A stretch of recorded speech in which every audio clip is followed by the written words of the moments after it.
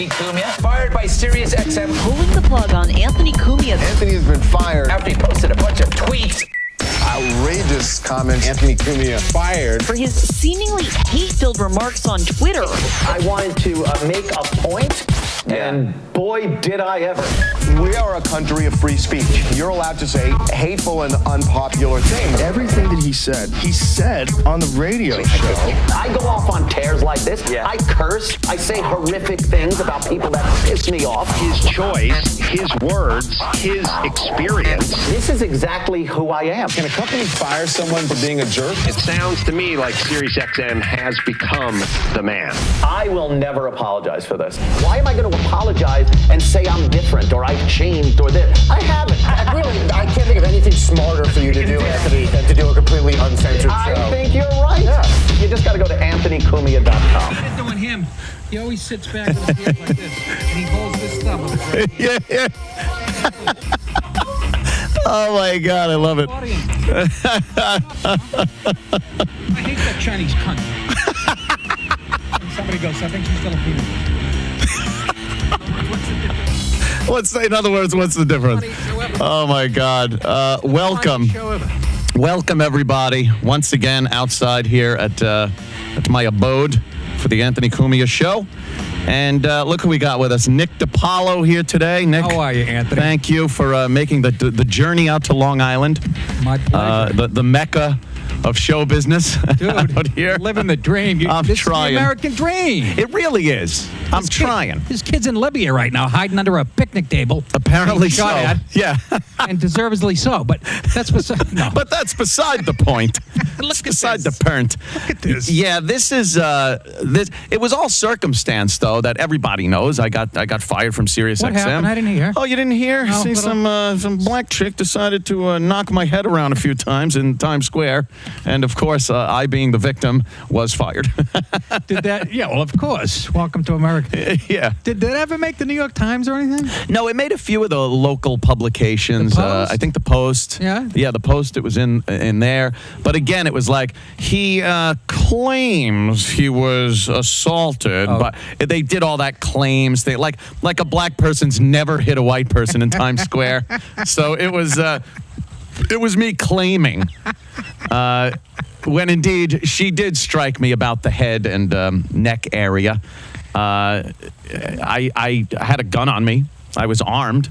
There's a story you don't hear about. There's a story you didn't hear. You're right. Being physically assaulted with a gun and not using it on a black person. I didn't use it because I, at that point, didn't feel that my life was being threatened. I felt like some bitch was punching me in the face. Right. But I never felt like I was going to be knocked out or that. And then when 5 other black people came out of various vestibules and behind garbage pails like The Walking Dead, then I started like really get my head on a swivel. I told Bobby this yesterday on yesterday's show. I said the most embarrassing thing. I turned to one of them and said, I go, back off. This ain't your show. Yeah. Yeah. Now people are clamoring for a T-shirt with that on it. So it was really embarrassing. But I never felt like my life was being threatened, so I never even thought about pulling the gun out. You can't do that like in the movies where you just point it at somebody. No, but if we started doing that, things might change. You're right. Of course you can't. You can't do that. You can't piss. You should have cracked her over the nose with the fucking butt of the gun. I'm like, what the fuck am I, Ray Liotta? Yeah, exactly. Don't you do that. I'll fucking kill you. Don't shoot. That guy. Yeah, so it was a weird situation. And then I got fired for my tweets. They said, and this is the best part. That's what I didn't understand either. I'm like, he wasn't on the air when he said this? I wasn't on the air. That's what, I didn't even drop the N-bomb or anything. I just tweeted about how angry I was that this animal bitch decided to assault me for taking pictures in Times Square. I wasn't creeping her with my phone. I had a $5,000 camera that I was taking pictures of Times Square. It was like 4:30 in the morning. Times Square at 4:30 is really cool. As a matter of fact, an article just came out with a photo essay of Times Square early in the morning. And it's being raved about. I do it, and I get fucking punched in the face and fired. So I tweeted about how pissed off I was and all that, and I talked about violence in the black community and how it needs to be addressed, and the pastors and reverends and civic groups and community leaders, they all talk about it. Yeah. We need to silence the violence. There's marches, rallies, sit-ins, whatever the fuck you want to call it. But the second I said it, I was then talking about all black people, see? Because I'm a white guy, and they decided that I shouldn't be talking about this. When they say that what we need is an open, honest racial discussion. Well, that's the thing. They don't want that. So yeah, whenever Holder said that about cowards, I'm like, well, yeah. I can see why white people are cowards, because it costs them their job if they say something wrong. Well, the real cowards are you, Holder, and your crew. Yes. You know what I mean? You're the fucking cowards. They are the fucking cowards. Can I they say don't fuck? want. All You right. can say fuck anything. I forgot. This is completely uncensored. Feels like I'm on Meet the Press or something. Right? I know, with the microphones outside. Well, we're I'm in here. the Rose Garden with Anthony Cumia.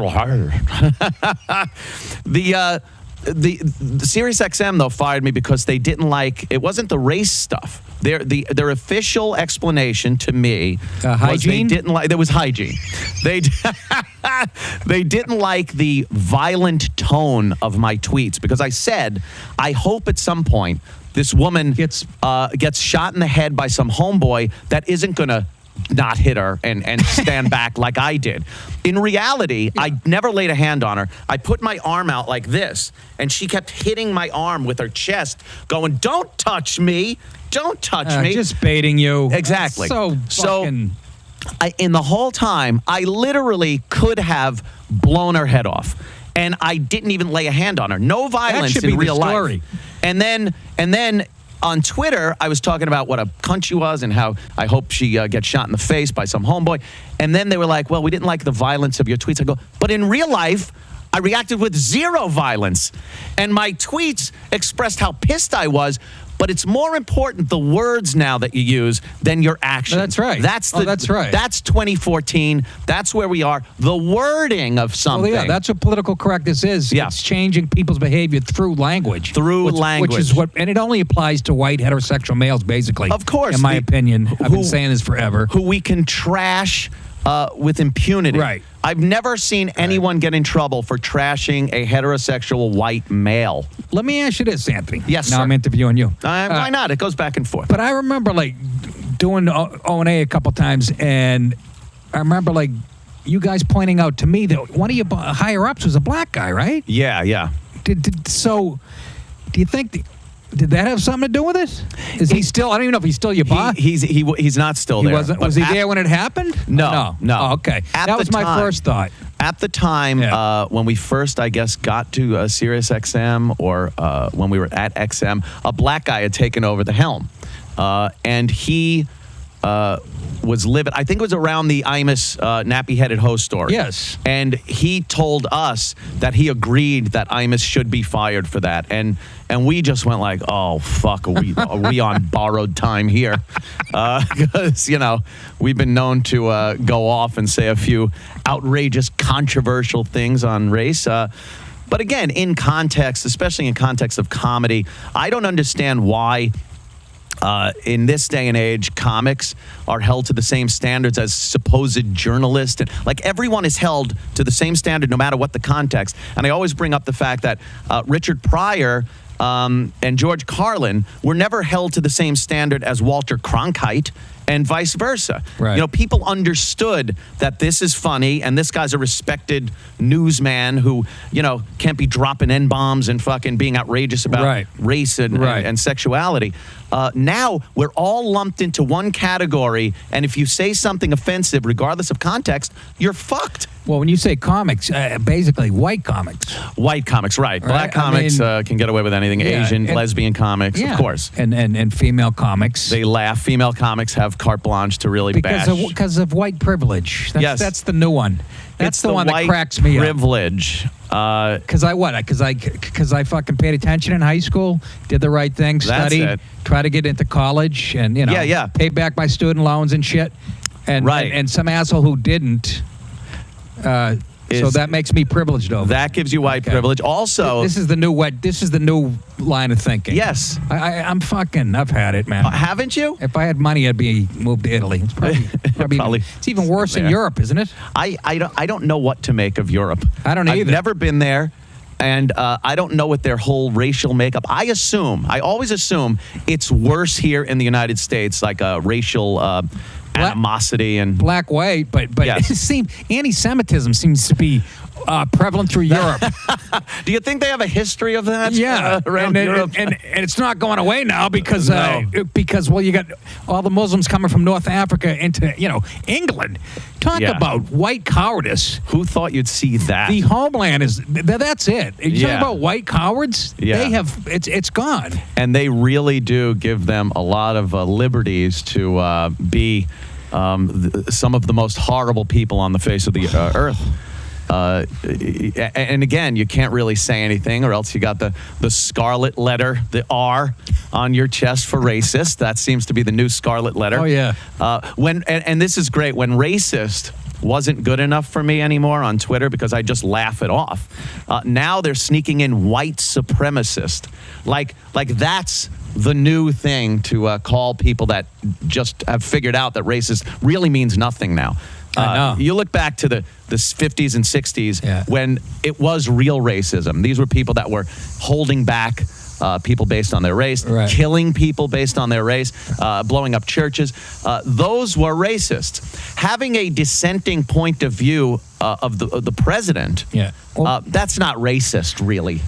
The scope of the word racism has gotten wider and wider. Yes. To the point where, like you say, now if you just disagree with somebody who's black, you'll be thrown in the racist You're a category. racist. That's the thing. The scope of the definition of the word racist keeps growing and growing. Wider and... If you show support for a police officer in Ferguson that has yet to be convicted, even indicted, the investigation isn't even done yet.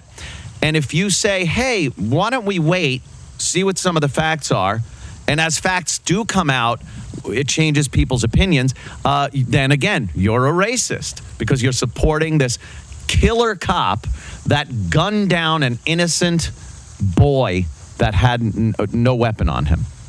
Boy, did they grab that storyline and run with it, huh?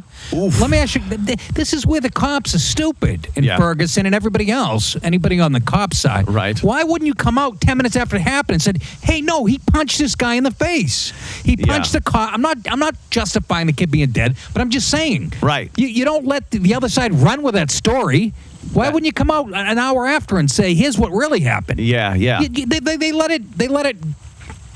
Why wouldn't you answer the horse shit? There might be a strategy there to let What is them it? let them run far enough to Don't say hang themselves. I almost said Be give careful. them enough Be rope very to careful. hang themselves, but I meant in that figurative way. Yeah. When they were saying, he was shot in the back.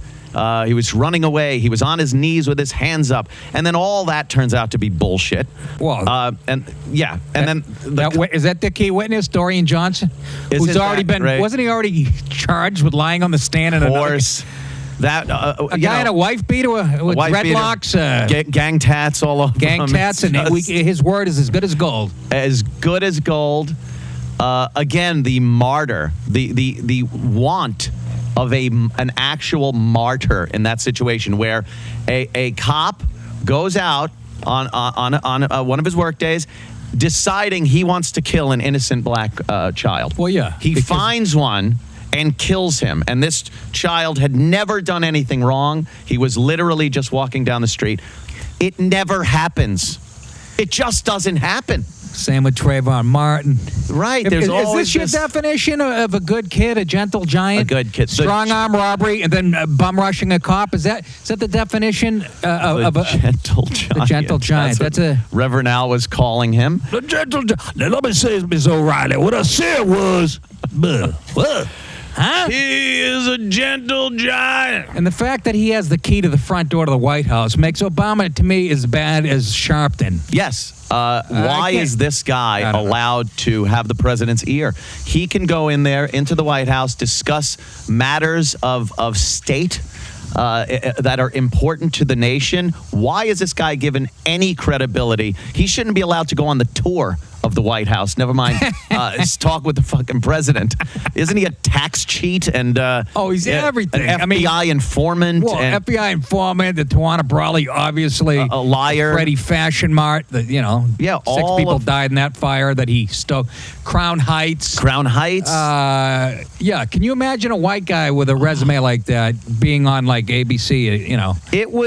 Honestly, it is exactly like if George W. Bush had invited David Duke over the White House to have a conversation. And if people argued, all they would say is, well, yeah, he used to be the leader of the Klan, but he's changed. He's a politician now, and he's got his ideology. But, we should be allowed to do. Do you imagine the outrage that would have sparked? Well, I don't have to imagine because I remember the outrage when Duke was trying to remember. Right, when he was trying to run, they just, we can't have this guy. Yeah.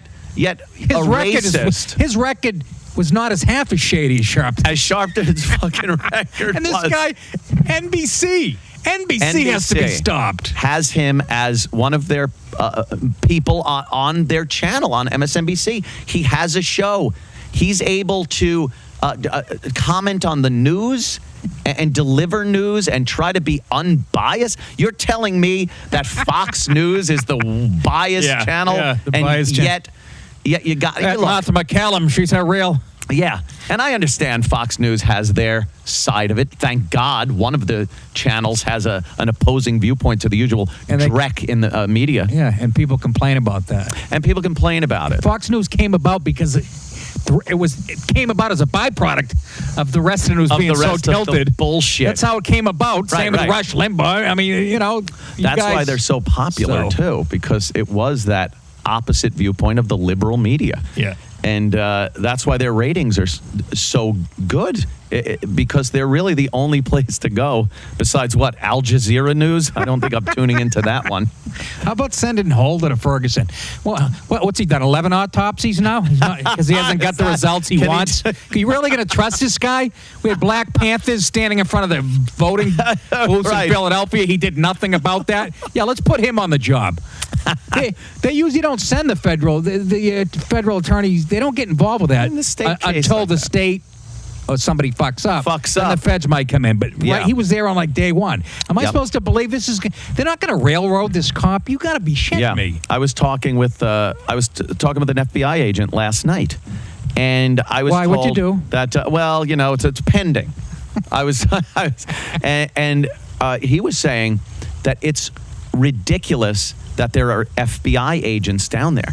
Like they sent the FBI to keep an eye on things, and make sure everything goes smoothly. He goes, it's the biggest waste of resources. Right. These guys could be looking out for terror, better things than sitting around waiting for some injustice to happen, so the feds can swoop in. Holder's little eyes on the ground over there.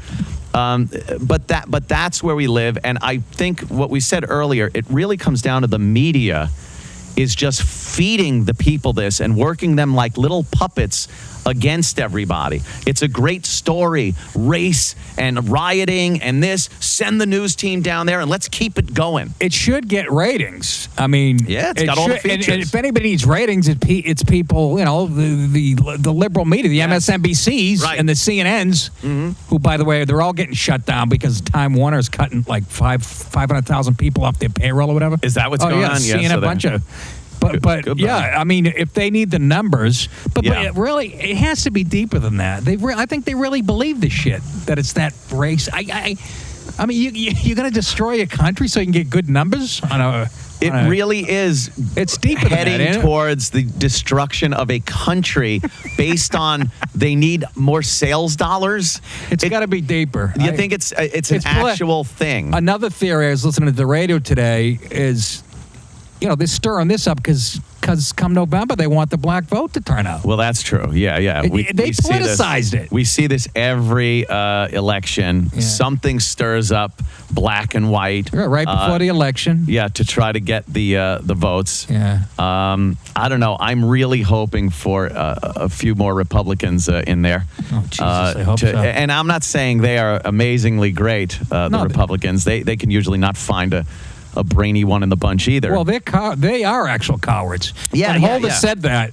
Yes. You know, even the governor of Ferguson, that Nixon. Oh. What comes out. He's using the word prosecution. Prosecution. A vigorous prosecution. A vigorous prosecution. Before any indictments even. Guy's a freaking lawyer. Yeah.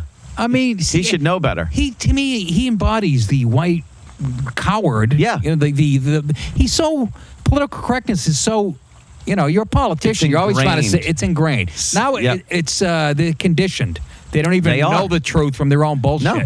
But when he said that, I'm not like a scholar, but legally, I'm like, That the results aren't in yet. This guy's using the word prosecution. If Wilson gets indicted, the first thing his lawyer should do is play that tape and say, how the fuck is this guy supposed to get a fair trial? Tainted. When Nixon here was saying, a vigorous prosecution before an indictment's even delivered. I think they're going to have a lot of trouble. And not just because of things like that, but the more facts come in, the more it looks like this guy really was had thought his life was perhaps going to be taken and responded accordingly. I don't know. I wasn't there. You mean you don't believe that Dorian Johnson can? That Dorian Johnson was a very credible witness as he told the story of them just walking down the street in the middle of the road and the cop opening the door and it ricocheted off their leg and shut the door, and the cop got mad at that.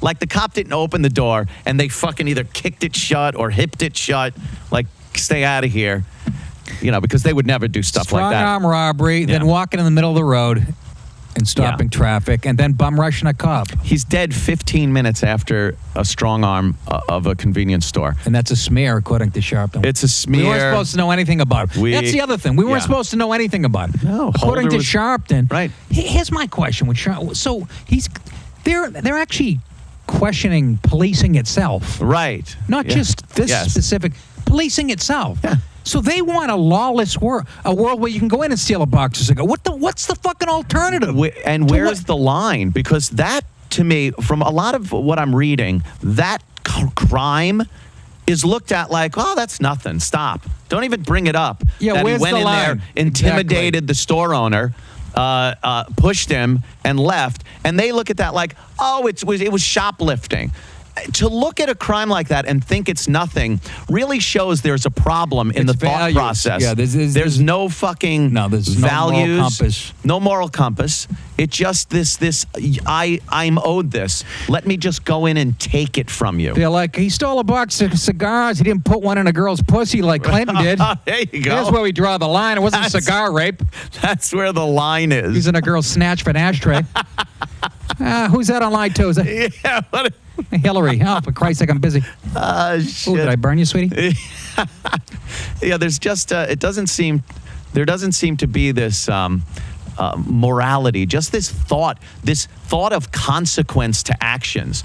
It's just this immediate, you hear about all the time. You stepped on some guy's foot, and At a you get dance a beating. club, and there's a shooting. And there's a shooting, and it's like, is there any thought process that goes, well, if I shoot this guy, there's probably going to be repercussions. There's this instant, like, I need to do this to keep this bullshit credibility that doesn't exist anyway. You disrespected me, man. No one respects you. No one respects you if you're acting like that anyway. So, you're walking through life disrespected. Yeah. It's beyond me. But that's the world we live in. We got a bunch of white people scared shitless that they're going to say the wrong thing. I've had people that were guests on this very show and kind of suggested, like, hey, I don't want to get into the whole thing of that. We can touch on it. Who are those? Who are those motherless fucks? Yeah, it was, I guess people with projects on a burner and shit like that. Yeah. They're like, well, that's You won't worry about that with me. But but do you... Now, you've been known to be quite outspoken and opinionated on Tough Crowd. You were that's what started it. Always getting into it with Patrice and Colin and Paul Mooney. And Paul Mooney. Hi. How you doing, Paul Mooney? It was always very confrontational. Who I kind of like, by the way, that I've gotten to know him a little bit, Paul Mooney, actually. Yeah, He's heckling me. I was at Caroline's one night. Was he? He was yelling from the back, but he was laughing. He was like wiping his eyes. I had him Right, laughing right. so Oh, hard at good. the shit I was saying. Oh, cool, yeah. And therein, to me, really, this sounds corny, but whether it's through music or comedy, I think is the best way to relieve these tensions. It really is. That's why a tough crowd, you see it now. People are, I saw him on Twitter today, you know, when stuff like this breaks, racial stuff, everybody's like, I wish Tough Crowd was still on the air. Right, And yeah. that's why Colin was a genius with that show. Yes. And we got to air our grievances, and then 5 minutes later, we're having dinner, me and Patrice, or whatever. Yeah, yeah. But that doesn't mean what we were saying on the air, we didn't believe in it. We, you know? Right. But how many times did you get to hear a white guy talking like that to a black? And I don't Very think it really rare. helped my career. I'll be honest. You know, it's hard. You can't really prove that, but I don't think, you know, come on. We know who runs show business. I would Sarah absolute- Silverman got another Emmy last night, so come on. That's true. You know what I mean? Her politics. Oh, yeah. I would absolutely believe that there have been repercussions because of your racial yeah. outlook on certain subjects. I know damn well myself, you know, I'm sitting here because of it. I think it was a blessing in disguise. It absolutely If somebody was. told me tomorrow that me saying something racially could get me sitting by a pool with a dinosaur on the back, and the dinosaur. and the Sopranos house, have you got a shot of this back here? I don't think we've ever spun the cameras I'm around. waiting for Paulie to come and go, what the fuck, D? The pool's filthy, no? He does such a great fucking I'm leaving 10 dimes on the table. It's serious, no? Opie, what do you want me to do? Anything? Whatever you want me to do, I'll do it. Perfect. It's a very difficult situation. Place is unbelievable. Folks, you should see this joint. I've been hearing about it for years, and it's better than I thought it was. It's I come in, he's got a hot young girlfriend. Oh, takes me sure. downstairs, gets me a beer. It's like a mini. Well, your fans all know this Like anyway. a club down there. Well, yeah, but that media room is like the theater, low yeah. Cineplex Yeah. without people yelling. It's well, actually, there have been some circumstances where I've been in there with a lot of people watching a movie, and we've had to tell certain people of certain ethnic backgrounds to shut up. Bullshit. Yeah. Keith Robinson? I think, well, Carlton, my buddy Carlton, was in there, and perhaps he was on the cell phone. Who the hell's Carlton? He's I my black friend, my only black friend. Don't say Carlton the doorman. That's insensitive. That's very insensitive. I have to have a black friend. That way I How can many take seats in that pictures with media them room? and- Your There's, fans have heard all this, but to 5, see it. 10, 15, 14, I think something like that. I don't know. There's a few. I'm just saying. There's a few. It's an actual movie theater. It is. It's fucking. It's very cool. We got to see it fired up with the like Gladiator playing with the sound and shit. It's crazy. It's fucking crazy. See the money in radio, folks? I had a few good years in the, You had a in the lot of radio years. business. A few. 20 You and years. Opie were like 20 years? That's incredible. 20 years. The first radio job I got back at WAAF in Boston. In Worcester? Yeah, Worcester. Yeah. Worcester. Van They used to Halen. like to say Boston. You guys but played more Van Halen. It was my favorite Van statement. Halen all the time. When I first went there, I was making $27,500 in my tin knocking job on Long Island, and I went up to do the interview, and they were going to give me $27,000, $500 less a year than I was making knocking tin, and my cunt wife said, who really was able to see the big picture, said, no, tell them you want to make at least what you're making now. You can't. I'm like, do you understand the opportunity that this is for me? I could always go back to fucking crawling in attics. You call them up and tell them. So there I am. Yes, Poopsie. I'll call them. And I'm like, look, I'm going to need what I'm making. And just fucking bowing down to that bitch. and they gave it to me. And then, like, once I started, I think after 6 months, they bumped me up to $35,000, which I was, like, amazed at. But I really didn't start making What year was that, radio. Anthony? This was probably 95, 96, around there. And I didn't start making, like, that crazy radio money until our second deal at WNEW. I was making good money, but that second contract was now the big, we told them we were going to leave and go to Clear Channel and do mornings. Now, we probably wouldn't have beat Howard Stern in mornings, but we'd have taken away enough listeners where his revenue for spots would have dropped. Right. And perhaps he would have been beaten by some of the Spanish stations or whatever. It wouldn't be number one. Right. So Infinity fucking came with a Brinks truck to keep us in afternoon drive and not compete with Howard. So that worked out very well, and I was making a lot of money. But then people think that continued throughout our entire career. I forgot about Infinity already. Oh, Where does time go? I know, right? And then once we did the Sex for Sam thing and got fired, they paid out the rest of our ridiculously huge contract. And then... Was that at Infinity when that happened? Yeah. Infinity Broadcasting. Yeah. They had to pay us out for like 2 years at huge money. So I just sat around fucking buying radio control helicopters and going on vacations. You had drones before the military had Yeah, exactly. I was fucking flying around radio control helicopters. And then we needed another gig. And Sirius XM Satellite Radio came by and just was like, well, they were the only game in town. We were damaged goods. So we were like, damaged in a good way, though. It was the radio. You know what I'm saying? You're like rebels. I know, especially for satellite. But it was very early on, and they had all the juice. So they told us all the what? All the juice. All the juice. Sounded like Nixon for a second. They got all the juice. I just have Kissinger. Where does that leave me? Where's Haldeman? I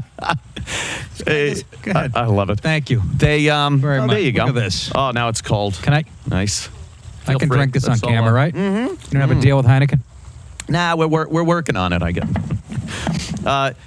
So when we got taken on by them, they really undercut us. And we weren't making as much money. We were probably making less than half of what we were making on the big deal.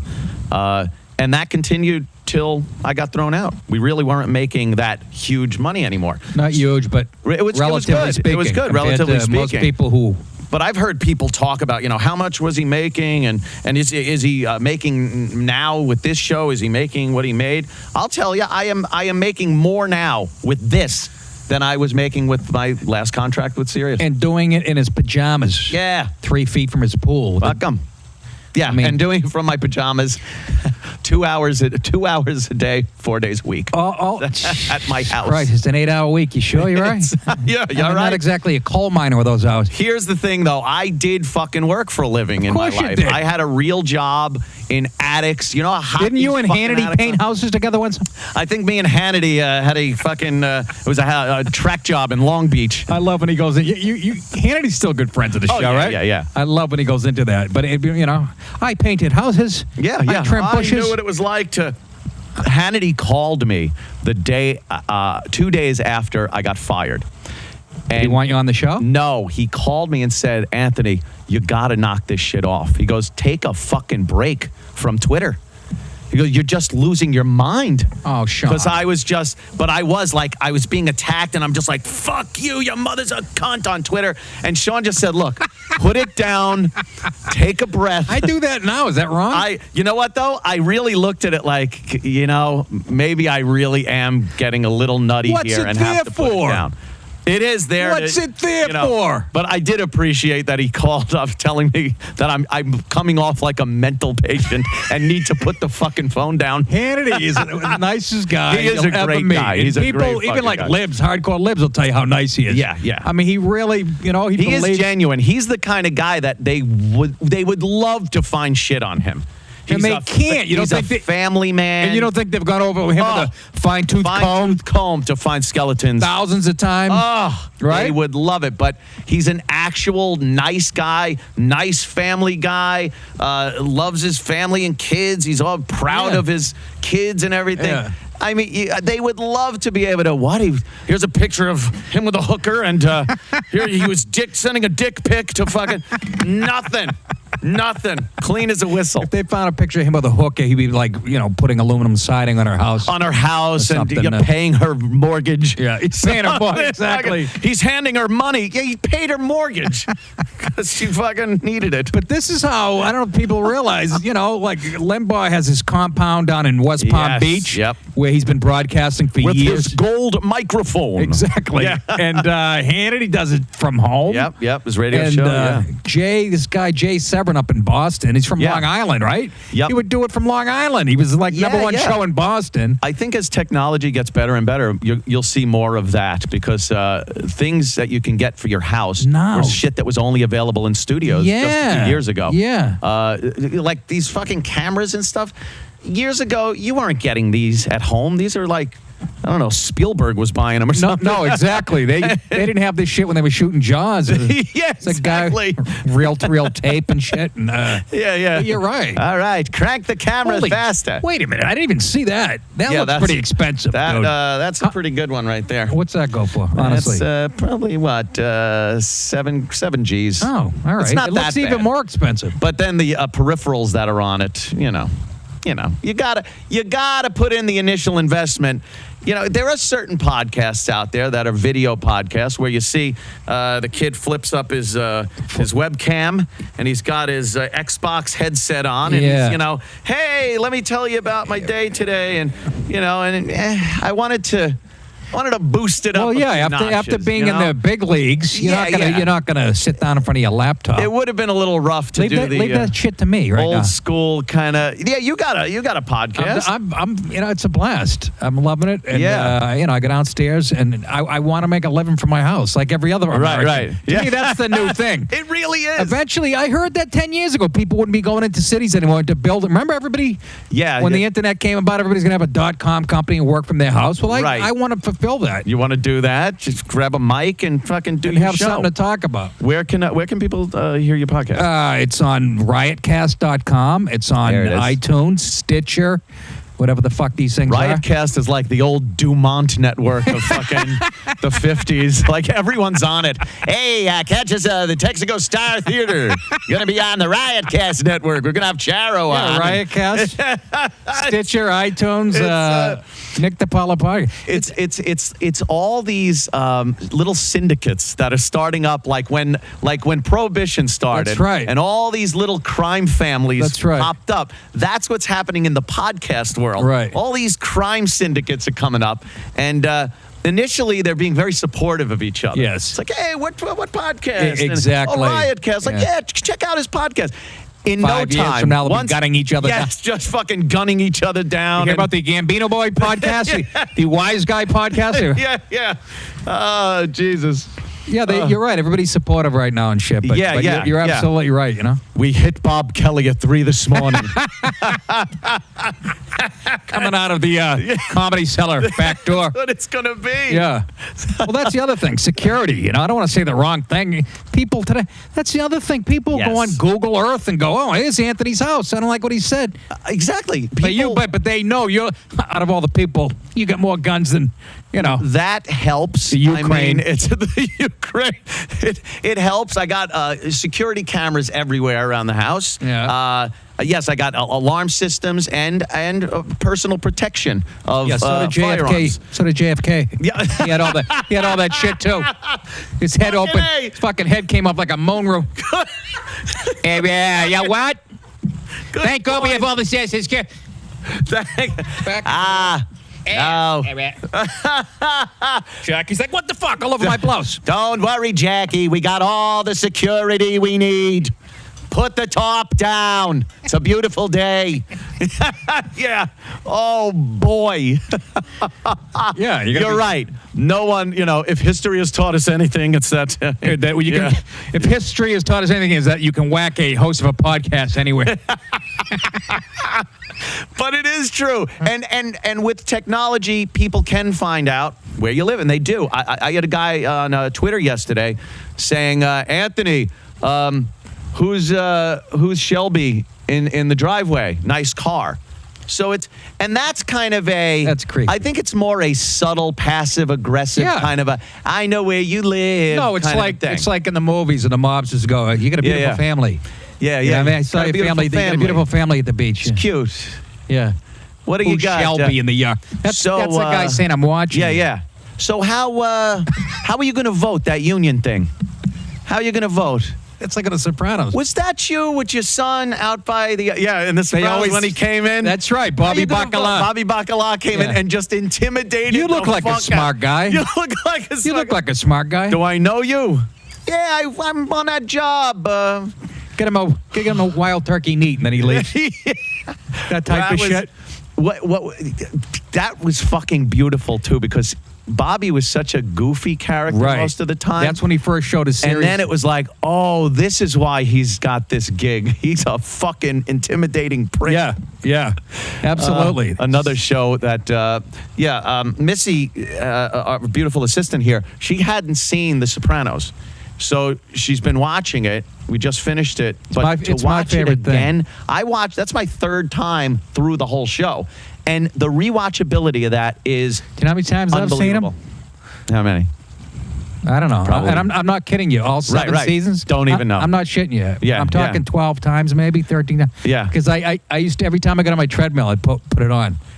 And if you gave me the first 12 lines to any script, I'll finish it for you. You just finish it? Yeah. It's my favorite thing. I like it better than The Godfather. I like it better than Goodfellas. It's my favorite thing of all time as far as art form. Yeah. David Shea, it was like Shakespearean. Yeah. Yes.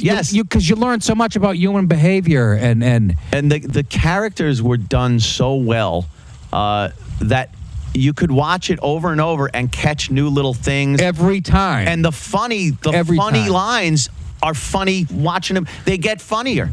Fucking Paulie. Fucking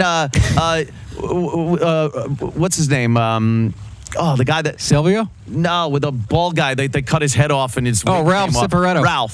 Ralph, when he beats up that dancer that was pregnant with his kid, and he just comes in and puts his hand in the champagne ice, and he's just,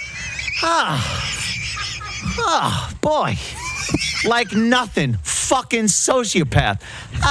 And then it's like, he killed her. He goes, hey, first of all, she was a hooah. Like he's trying to justify smashing her head into a guardrail. Right, and that's how sociopathic those guys are. And then he's making jokes. Well, and they were funny. A few episodes later, somebody says, this is a few episodes after he did that. Somebody goes, Tony, you think Ralph has a problem with women? Oh, they asking Silvio. Well, he did beat one to death. Then he goes, why'd he do that again? Can you imagine? Why'd he do that? In other words, they even forgot a week later after he beat a stripper to death. Yes. Well, he did beat one to death. Why'd he do that again? The whole difference between business and their real life too, how they could and you saw it with Chrissy and his AA sponsor, the writer guy. Right. It's he lent him money and JT Dolan beats the piss out of him. And that's just business, though. He still wanted to be his friend and sponsor. And the guy should have understood. This is how fucked up the story writing was. The guy that got the shit beat out of him should have understood that that's the business. Right. We're still pals. Right. Don't worry. Right. But you owed me money, and I had to kick your fucking ass all over the floor here. Then the day later, they're at the gym. Remember, he's spotting him in the gym? He's spotting him at the gym. It was a study it's fucking brilliant. Yeah. It was a study in like human behavior, like Shakespearean. Right, yes. I mean, just that's what I loved about it. And it gets better with time. It's still relevant to watch. That's right. And there's so few shows like that. Janice shows up, the oldest sister of Tony. Yes. And she's a freeloader and a money grubbing. She comes out to him this is the first time she shows up, the first episode. They're out by the pool, just like this. And at the end of the conversation, she asks for like $200-300. Yeah. Right? So she leaves the scene, and the camera pans to what? The thing at the bottom of the pool, sucking up the dirt. A bottom feeder. The bottom feeder, yeah. It's all symbolism. Brilliant. Yeah. There's a ton of those. Here's my favorite one. This is my favorite segue. Carmela's in over in France. Remember? Oh, wait. My favorite. Here's my Carmela in France face. Watch. It's all so beautiful. Who made this? and she's looking at a statue, right? They cut up. They cut the camera up to what she's looking at, this like beautiful gold statue, right? Then as a segue, it cuts back to Jersey. It's a guy at the Bada Bing at the strip joint. He's got a brush. He's washing the sign. Sylvia goes, and get the shit off her tit. it goes from that beautiful statue. Get the shit off her tit. Yes. Stuff that I hit the first 3 times I saw it, I didn't You realize didn't realize it, Almost yes. every segue from one scene to the other is like Yeah, a joke. yeah. There's a million of those. Yep. It's fucking hilarious. And you were in it. That's a cool had a few, fucking thing. Had a couple lines. I That wish is it was a cool more. fucking thing, It though, is. to have been in it. No, it was like being in Godfather or something. Yes. I mean, even though, and you know what's funny? I was going through On Demand. I was watching Sopranos On Demand last night, and they were previewing the next coming up, and it shows me pushing Silvio. Yeah. But it was a close-up on me pushing Silvio, trying to break up the fight. Yeah, Just yeah. for like 5 seconds. That's great, but, man. Yeah, that was cool. When I got that audition. No shit. I auditioned with David Chase. Oh, you had to audition for him. He was there and a couple other people, and I just felt good that day. Yeah. Because I was living in Astoria. It was at Silver Cup Studios. Right. You're So close. it was a 3-second train ride to the. I'm coming in. Edie Falco's coming out. Says a big smile. Says hi to me. Oh, hi, Furio. It was. Oh, Furio. I know. Wasn't that sickening? Oh, That's the only part that bugged me about the I whole. said the same The thing. whole. 2 creams and sugar in your coffee. Oh, Fior. The It's like- fucking faggotry. How did she fucking fall head over heels in love with this guy when all he did was come to the door and go, yes, tell Tony I'll be out in the car. Oh, Fior. I think it was more about my bangs. I'll puff my bangs for Furio. She always did that with the Yes. fucking. Oh. It was more about Tony treating her like shit, I think. Exactly. Which was even funnier. you know? When she fucking said how she felt about Furio Furio, during that and he- fight, and he threw her against the fucking wall and punches the hole in the wall, I had flashbacks of my dad and mom fighting. That's Oh, and that scene's God. one of those. I think it's a scene you're talking about. Starts out. He comes in. They were living apart. Tony comes in. Yeah. And she goes, the coffee. He wanted coffee. She goes, it's broke. The coffee thing's broke. The machine is broke or something. Then they get into that fight, and she goes, I never slept with Furio. He only had a cup of coffee here. And he goes, yeah, now the fucking coffee sucks. Just fucking brilliant. Best acting ever when they get in that fight, the real bad one. Yeah. After he gets caught cheating again. I think he's fucking the one-legged bro. Oh, Whatever. that was bad. When they get into it, I might have the wrong episode, but when they got into it and he punched the hole in the wall. Yeah. That was the whole thing. Yeah, that was the whole thing. Right. Oh, no, I forced all this material shit on you, Carmela. What you really wanted was a Hyundai with a gold pendant, remember? He really could turn the screws. Oh, man. It was great. and talking about the wait. What about all the waitresses you stuck your dick in? Were they your best friend too, Tony? I mean, the writing was brilliant. Yeah. And the acting, that was the best acting.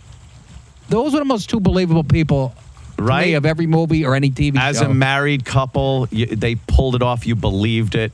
Yeah, and it's funny to bring all this up because the fucking Emmys were on last night. Yes. And just a cavalcade of shit gets recognized as being brilliant now, and it's just that. You don't like The Big Bang Theory? Oh God, that just set a benchmark for fucking programming, for original programming that made the networks look stupid. It ruined TV for me. I can't even. Breaking Bad was the closest thing. Right, absolutely. Which I absolutely love. But Sopranos almost ruined TV because I can't get into anything. It's very hard to get into a show now. And like I watched House of Cards, which I thought was great. Yeah. Kevin Spacey in that. I love Spacey. And it's exclusively on Netflix. Like, it's not even on a real channel or network or anything, which further puts the networks into this shithole of unrealistic situations, people, language. Like, how do you put a show on and try to have some tough guy and he's saying friggin' and Like The Sopranos on A&E? Yes, like The Sopranos on A&E. Or Scarface. I love when Scarface is on like AMC. Every other word. How'd you get a scar on your face like that eating pineapple? They actually said that. Eating pineapple. Yes, I was in Hawaii and I fell into my dessert. Eating pineapple. That's how you get to when the actual line is eating pussy. Eating, drinking, eating more. Am I rattling the table? I keep forgetting we're on radio. All right. I don't care. But I guess I forgot. There's no management here. Yeah, no management. I guess Louis did well last night. He won. You know, that's his 6th Emmy. Is it? including Chris Rock and Louis and Christ. 6 Emmys he's got. Six It was like, Emmys. it's his 33rd time being nominated. What? Because he worked at Chris Rock forever. How the fuck did And he worked at Conan O'Brien. The guy, he's my old Wow. fucking roommate. And Yeah. he's the one guy that I absolutely deserves everything he's got. Yeah. He's that talented. The guy edits his show. It's a national TV show on FX. He sits at like Starbucks and edits it on his laptop. Edits while he's his like hit reading the TV newspaper. show. I mean, How the I'm fuck? trying to work my email. What the fuck? This won't go through. This guy's editing a national TV show, not even paying attention. an Emmy-winning TV He's show? that talented, though. Yeah, You know what yeah. I mean? He collects old cameras and shit. He was always... And I'm telling you right now, he's going to end up, like Woody Allen, a movie director and putting himself in his movies. That's Right. That's where he's headed, you know? I think you're right. He had the little with Pootie Tang, the little Pootie Tang, He said yes. that was his work. His He little said- taste. Yes, he didn't like that. He really like No. but I know damn well this kid will get bored with TV. That's where he's headed. He's at the beginning of his fame, in my opinion. Which and I is know fucked him. up because he's hugely He's famous huge. right now. He's friggin' huge. Yeah. This guy, I used to give him $20. We used to live together. Oh, we my moved down from God. Boston. He was like my little brother. Oh, He had shit. no conception of money. I've told the story before. We were working at the Punchline in San Francisco, right? We were both piss broke, right? I don't know what he had in his checking account, but he goes, I'm going to go. This is how long ago. He was going to go rent the VCR so he could watch movies in the hotel. He's gone like all day. Comes back with an $800 trumpet. What? Why? And he had about, I think he was worth about $900 total. Yeah. Seriously, net worth. But he comes back with an $800 trumpet. Just because he wanted to play the trumpet? He wanted to learn trumpet. I mean, What an impulse buy that is. I Was he love just the guy. walking past the trumpet store and said, yeah, I think I'm going to get that. But if you know him, it didn't really surprise me. But he had he didn't understand the value like of money. He really Right. didn't. He just, even now, he said he was looking at like a $17 million building in Manhattan. Just, Holy shit. He bought that crazy. boat. He bought the that big boat. And I remember he would come on the show early on when he was doing Lucky Louie with Jimmy and everything. And he would show us these short films that he would make on his laptop. I was in that. He would show I was in his first short film. Were you? Yeah. I got stabbed in the foot.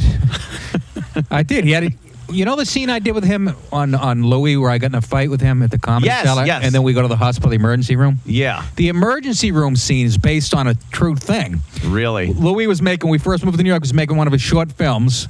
And at the end of the scene, we're in Central Park and we're attacked by a guy with a pumpkin on his head. To give you an idea. It was Right. called Caesar Salad. It's still funny. It's like a half-hour movie. And the guy with the pumpkin on his head was Neil Brennan. Kevin Brennan's, right? Who's Chappelle fame. Yeah. So, but in the scene, he's got a real knife, like a hunting knife. Thing weighs like 3 pounds, you know? So we tackle him and stuff. Nobody he drops the knife. It goes right into my foot. Holy right fuck. through my sneaker. I have to reach down and pull it out. Nobody sees it. Well, the scene's going on. Everybody's tackling each other. Holy I go shit. limping out of the picture. And then you see at the end of the movie, you can see us laying on a blanket. You can see I have like a bandage on my foot, like with no shoe on. But he brought me to the hospital.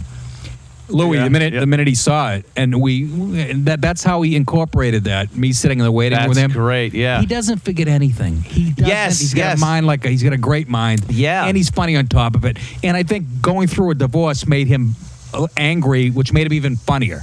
Yes. He's even more animated. Yeah. I just absolutely love the guy. Always did, man. The divorce was surprising to me. Yes. Like, it was very surprising. The way he spoke about marriage and his act and everything, it's like, it didn't seem like he was unhappy. It seemed like it was a kind of a fun thing to talk about for the most part. Right. And then he's like, yeah, I'm getting divorced. I was, what? Now he's like, it's the greatest thing. Divorce is a good thing. It's yeah. the greatest thing ever happening. Yes, he loves it. He's pro-divorce, actually. But he's so bright, man. And Yeah. I met him. He was 17, I think. Christ. You Did he have know? hair? Did he have hair He then? did. I got a picture of him, me and him in Niagara Falls. We were doing Yeah. a club up there. Took a picture of Niagara Falls in the back. He's in a Yeah. leather jacket, and he's got a full head of red hair. Wow. Wonder Yeah. what happened there. Stress, maybe? I don't know. I don't know. I think he looks better now as an older guy. You know? It's great. It gives him kind of a quirky look and gives him this awkwardness when he's trying to be around women. You know that what he looks plays like? very well. Jim Cramer, the money guy. The money guy. Oh, God, I bet that happens all the time. It's got to suck to look like somebody else that's famous because it's got to be like, yeah, Jim Cramer. Yeah, no. Or Jim Cramer's like, Louis! No.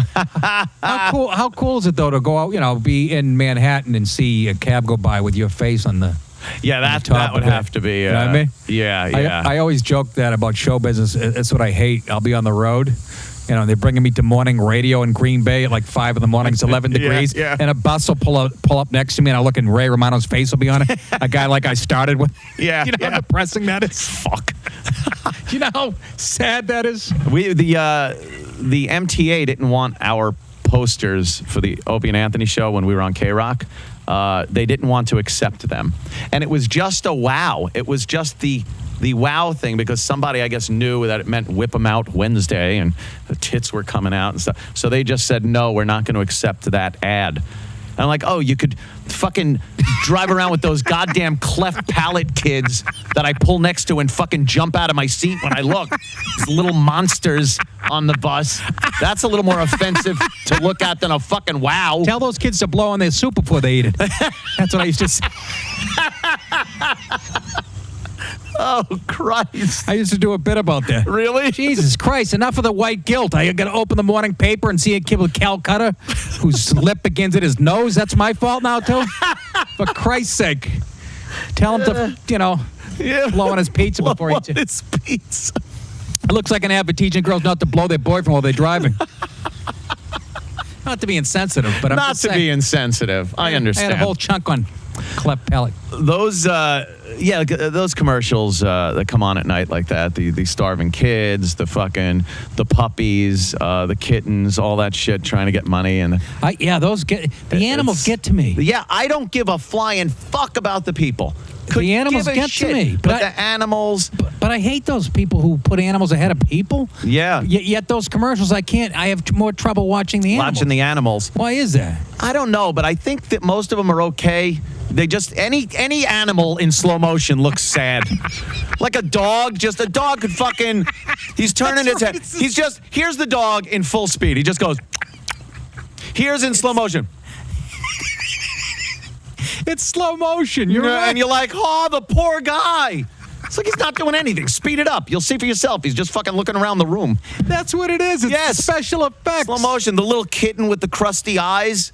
Yeah, he's trying to open him up, but it's slow motion. Again, you're like, oh, I'll adopt the little guy. With a crusty eye. Oh, the fucking Patrice line that always made me laugh. He was talking about that. He goes, yeah, you feel bad. You got the little kitten with the eye patch and the headache, ice on his head, the ice bag and the thermometer. Fucking Patrice. He's gravely fucking missed, literally. He's very missed. There are so many situations that pop up, again, like this Ferguson thing, where his take would have not been the, oh, right, that's a black guy talking about this. That's right. Oh, I get it. Again, we'll hear the same thing. He would throw some shit in there humanity. And make you go like, holy fuck, I didn't even see that point. He just had such a great way of twisting things around and not being the typical black guy opinion on something. But I was listening to the Sirius, and one of his bits came on that I had never heard, talking about like Holloway. Yeah. Natalie Holloway disappeared. That guy, Vandersloot. He goes, what was the name of the girl down in Aruba? And the whole crowd goes, Natalie Holloway. Now, what was the name of the bitch she killed in Peru? Nobody says anything. He goes, see? It's only white people that matter. It was brilliant that he used the audience to make his point and had the confidence to know not one fucking person would know that name and blurt it out. This is silence. And he went, exactly. Exactly. And everybody just cracking up. He didn't brilliant delivery. And I had never heard that. And it went on more. He pointed out a couple more examples. And I was going, oh, my God. Just another great, talented guy. You've known a lot of comics that have fucking died. Lately, it's John Panette, the guy in Boston. Yeah, another sweetest Boston guy. Right? Mm-hmm. Started with me. Can't believe he lived as long as he did. Yeah, he was obese. Yes, I mean obese. He wasn't obese when he died. When he started, yeah, that's got to take its toll. He was. He was about 5'9". I'm not kidding you. About 440, and he was doing blow like. Oh my God! And what's keeping the guy up? Jesus you know, Christ. And then he lost all the weight or whatever, his stomach stapled and shit. But he became famous so quick in Boston. After about 8 months of doing stand-up, he was selling out Knicks. Wow. Because he's doing these Wizard of Oz voices, but he had funny material on top of it. He was likable. And he just blew up. Not just fat guy stuff. No, exactly. Yeah. Exactly. And he just, I mean, he was such a nice guy. I actually went out to L.A. in the early 90s, mid-90s. He was out there, and I just wanted to see what L.A. was like, and he was already out there. So I went to a hotel room with him, right? I'm not kidding you. He ordered like $210 worth of room service. I ate about 40 of it. He ate about one. I'm not shitting. And then he smokes a joint at the end. He ate like 2 corned beef sandwiches that were bigger than my head. Holy shit. And then like pie and shit. And then he's laying there smoking a joint. And I was belly. He just we look at each other and start laughing. Wow. Just said what he ate. I mean, and Right. then he's smoking a joint.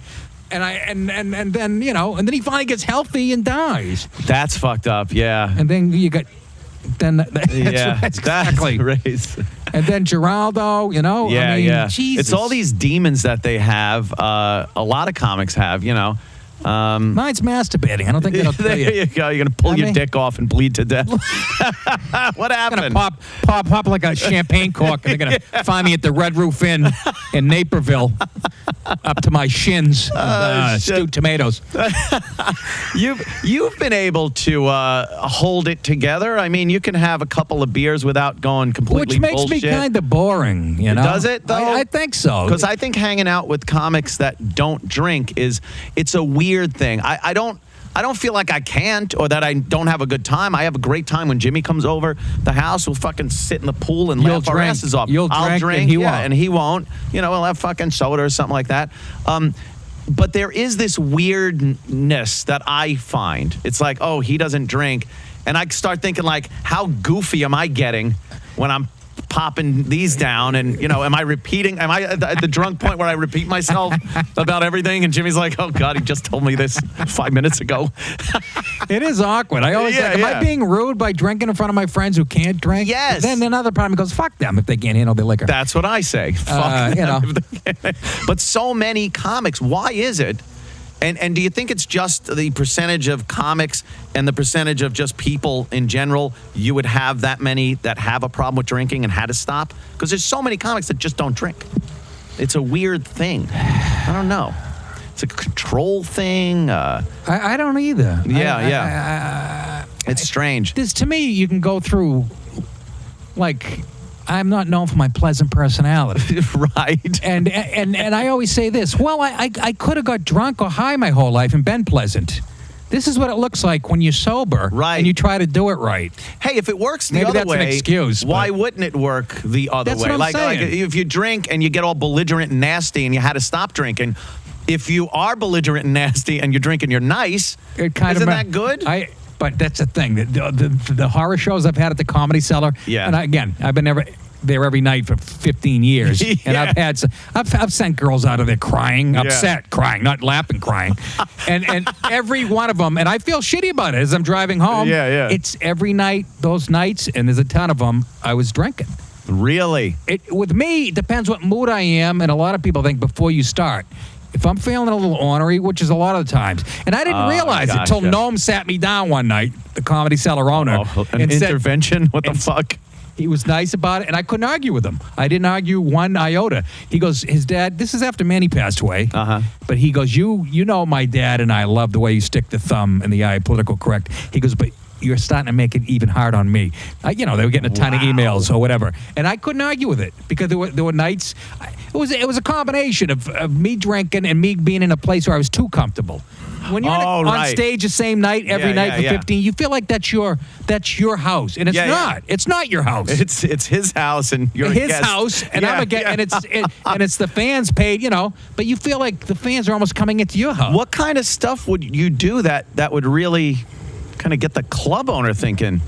Well, they were getting all kinds of mail, I'm sure, emails saying this guy's a racist, was a racist or sexist. It's on the campus of NYU. It's the belly of the beast. It is. And my point of view of life, it's going to rub a lot of 18-year-old Asian chicks. Oh Christ! The wrong way, and they would stand up right in the middle and go, "You're just being a fucking asshole," and I'd call them a cunt and fuck you, get out of my house.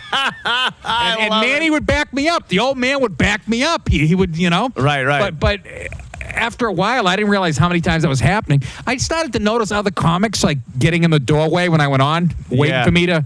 And even Colin would take me aside and go, "Look, holy shit." Quinn would go. Quinn, who's the, he's like my life coach. Everybody's life coach. Everybody's he life goes, coach. Look, I'm afraid this shit's gonna come back to haunt you. And it dawned on me. Because when you're up there in your little basement, you think this isn't getting out to the world. Nobody's going to hear this other than this. Right. You know what I mean? And here's another sign that I might have been, snapping a little too often. I get an apartment on the east side, Upper East Side. This was I had only been going to the cellar about 8 years. And I go into the diner on the first day. Nick's Diner was right on the corner across from my apartment. Right. My favorite apartment ever. I go in there and I order breakfast. The waitress goes, "Are you a comedian?" I go, "Yeah." And she goes, "You call me a cunt to the Comedy Cellar." Holy shit. Yeah. I'm like, "Don't spit in my pancakes." Like, Yeah, exactly. Maybe she goes, "Well, we kind of deserved it. Me and my friends are being loud." I never provoke it. I never start it. But if I'm drinking and I don't feel like being there that night. And I remember coming off and flipping a guy's hat off that didn't like me, wasn't laughing. He had like a scally cap on. Even the big black doorman goes, "Nick, what are you crazy? You trying to stop?" That's like, now contact. That's, you can't do that. And so when Noam sat me down and I go, "You know what, Noam?" I go, "I agree with 1,000% what you just said." I go, "Because I've left here some nights not feeling good. Everybody else finds it funny. The other comics, DiPaolo exploded the other, and you know what? And I would drive home and wake up the next morning going, 'Oh, what did I do?' And it wasn't like having 10 drinks. You know what I mean? Yeah. Just a little. It'll change your personality. Buzz, a little attitude adjustment kind of a thing. Yeah, I understand. We would do things on the show that I would leave, and Bill Burr was always great for this. The walk out of the building when Bill is just like, "Why did we do that to that person?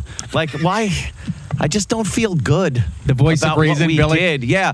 And then I started thinking about it. I'm like, "Bill, I don't want to walk out of the studio every day thinking what I did. You got me thinking what I did over here." It's because like what? What you mean? People in studio? Like if somebody was in studio and maybe they mentally weren't all there, or some it's like a chick fastball is down the middle. Fucking exactly. Or some chick is like fucking doing something that could be thought of as degrading, shit like that. Example. Shoving a fucking wiffle ball bat up her pussy. Shit like that. And I don't want to think that through too deep.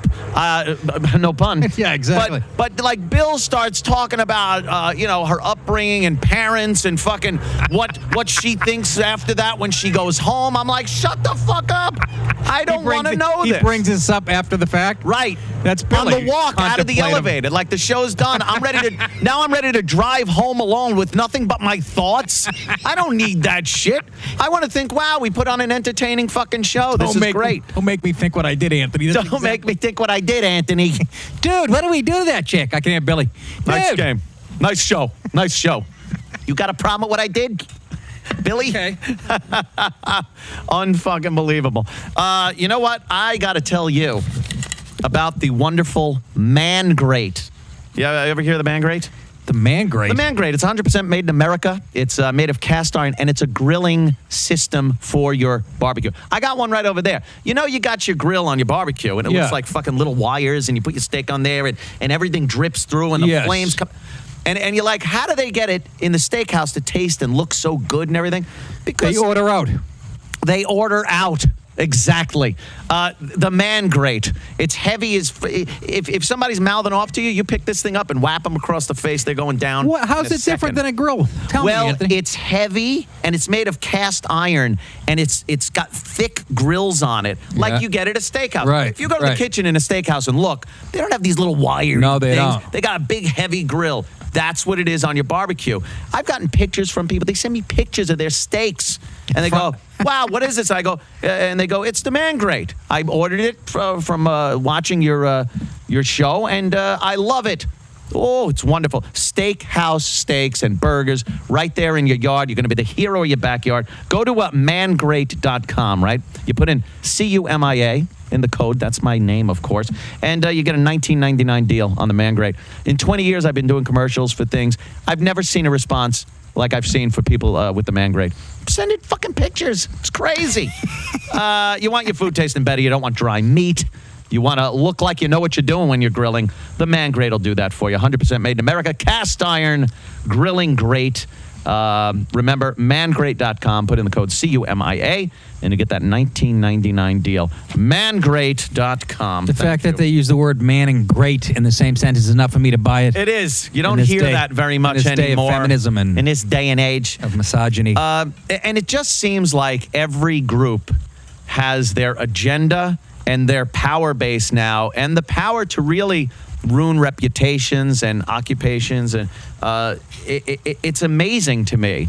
Like somebody recently got in trouble for a transgender comment. Yeah, that's the new group that was made, and it was Gavin McGinnis. He was with Vice for a while, and they didn't like his conservative views, so they bought him out. And he made a lot of money on that deal, and went to other websites, and he blogs and puts out articles for magazines. And he wrote something. That guy. I was on Red Eye a couple times. I was on Red Eye with him too, and he's great. I had him on this show about a couple of weeks ago, and he was writing an article about how transgendered people are not accepted by everybody. And he pointed out the fact that if your dad comes up to you and says, "Hey, son, I'm going to have my penis turned inside out into a vagina. Are you going to be happy and look and go, good, I'm going to be a nice guy and accepting?" No, you're going to lose your fucking mind because it's not an accepted thing. And he was saying that most of them have mental problems. And then he just went off on transgendered. And he wound up losing his gig at this advertising agency that he founded. He lost another job doing some kind of a Mythbusters type show in England. They just immediately stopped production on it and sent them all back to Atlanta, Georgia, because of this outrage that he wrote an article on his views of transgender. How do you lose if you founded a company? How do you get booted out of your own company? I don't know. It's not a Don Draper situation. It's happened a few times where, if you give up enough power, they can fucking boot you right out. It's one of those deals where you found the company, and then other people come in, they buy in and wind up owning more of it than you and have a bigger vote than you, and then they throw you right the fuck out. Well, you got to make sure when you give a piece of your company up, it's people who think exactly like you. Exactly. If you can find those. If you can find them, they're hiding under rocks right now for fear of coming out and being called things. But why can't you have an opinion like that? Because honestly, if you're transgendered and you think everybody out there is either a compassionate, accepting person or a horrible, gay-bashing person. Yeah, there's nothing in between. There's no gray area. There's no accepting person, because I personally accept what they do. It's none of my fucking business if you want to cut your dick off or staple one on or whatever the fuck they do. Yeah. But I also find it very odd. I find it strange, and just because I find it odd and strange doesn't mean I'm advocating beating them. Well, that's the problem. Therein lies the problem. There's no more. It's the word hate. The most overword used. Hate. When you disagree with somebody, you're a hater. You're a hater. That mentality just makes me crazy. Yeah. I don't understand it. I don't have to like it. No. I don't have to like the way you live, dude. Yeah, why is it now that hater. You do have to like it, or if you speak against it, it's hate speech? Now I hear that some fucking dark corner of the government is going to be perusing social media for hate speech. What we they'll knew that do, was coming. Yes, what they'll do with it, I don't know. Tuck it away in some Indiana Jones fucking giant storeroom. But Like what constitutes hate speech? Who decides? Why Who do you decides? It's always the left deciding what's hate speech. Always. Isn't because, it? Because the right can't, because they're so hateful. Well, we're the oppressors. Right. You're the ones saying the hate speech. That comes back to white privilege and we being Yes. the oppressors, which is fucking laughable to me. At the comedy cellar making $25 like the black comic next to me. Who am I oppressing at Jesus this point? H. Christ. What power do I have to oppress? I think white privilege also goes into the realm of not getting followed in a store because the person stealing stuff does not look like the white guy walking around in the store. Are white people stealing things? Of course they're shoplifting. Of course. In the numbers that black people are shoplifting, probably not if the loss prevention people in the store are following certain people because they have learned over the years that is who they should follow. Well, that was one of the subjects that came up on Tough Crowd that sort of got me called on the rug. It did. There was a black chick on there. Uh-oh. And, Colin showed a clip or whatever.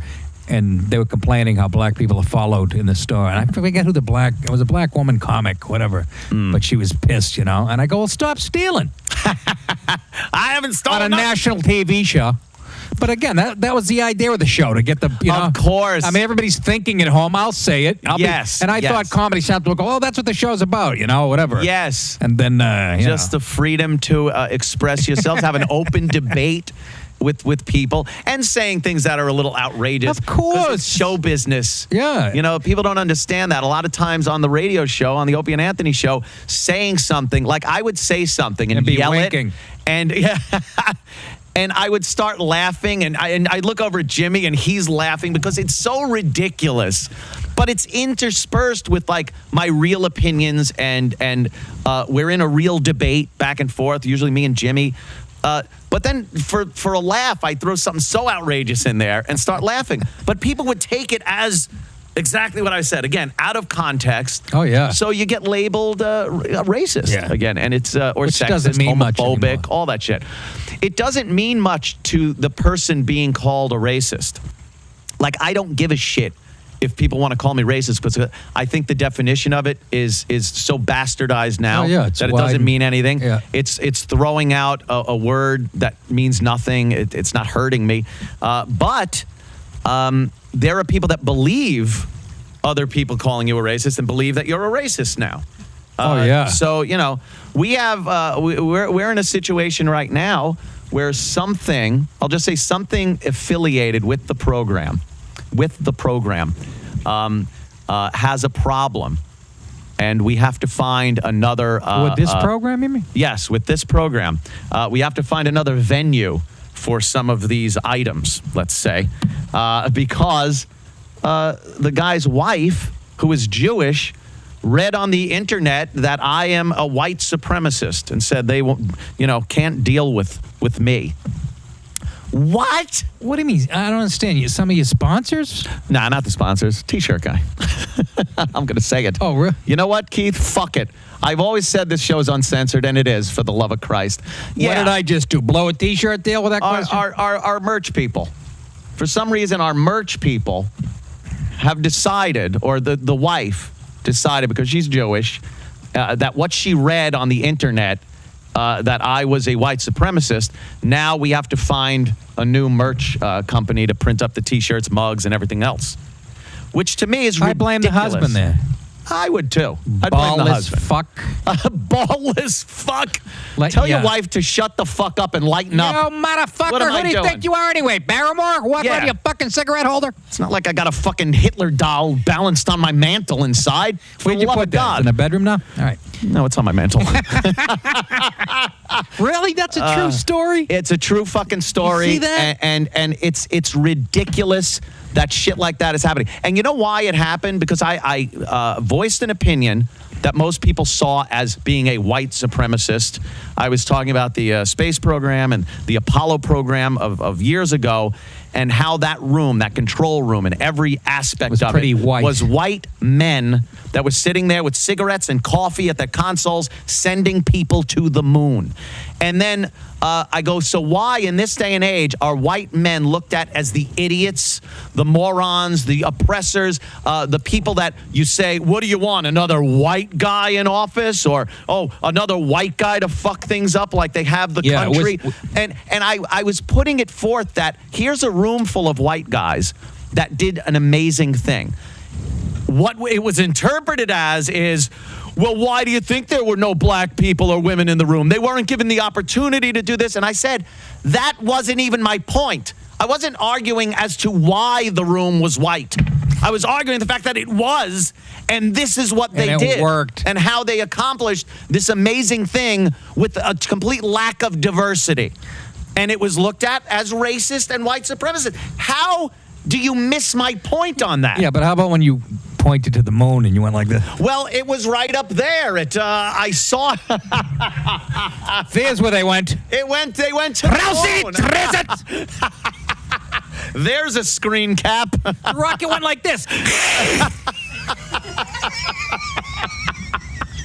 Oh, boy. Is that what you call that? Honest to God, though. That's all I said. Honest I wasn't to God. discussing the opportunities that weren't given to blacks and women back in the 50s and 60s so they could have been in that room. I was just saying the room was full of white men and they did something amazing. So why has it become fashionable to make it seem like white men are the horrid things that make the world a terrible place and have put a burden on this country? If that race to the moon was on foot, that room should have been filled with black guys. Well, that's true. Oh my God.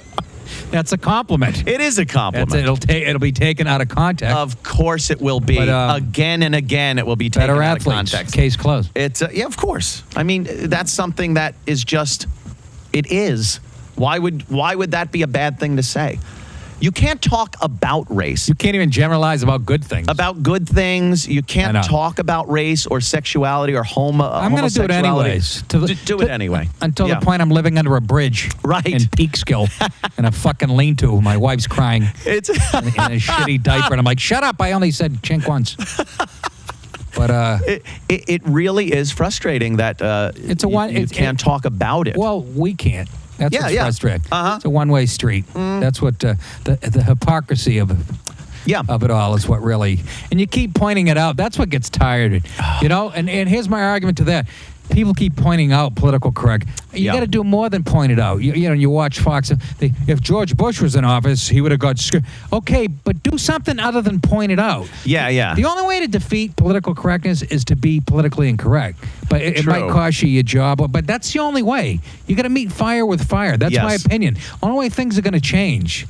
That's exactly right now they have what we need to do. That's the only way to defeat it. They got all the power, but a lot of people aren't in a position where they can sacrifice their job or reputation. Of course, they have a wife and kids. Yes, the wife, the kids. I was put in a situation where it was perfect for me. I don't have a fucking wife and kids. I don't have fucking...